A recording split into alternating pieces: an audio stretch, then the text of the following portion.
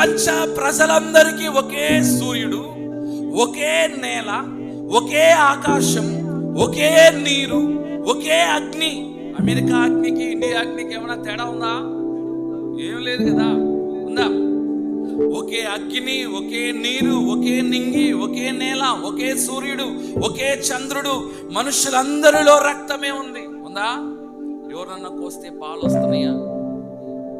మరి ప్రపంచమంతా ఒక మార్గంలో వెళ్తుంటే దేవుడు ఎలాగా అండి? దేశానికి ఒక దేవుడు ఎలా ఉంటాడు?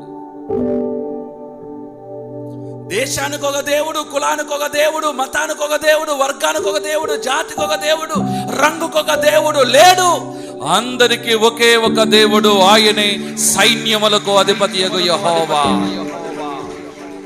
బోలో యేసు మహారాజుకి.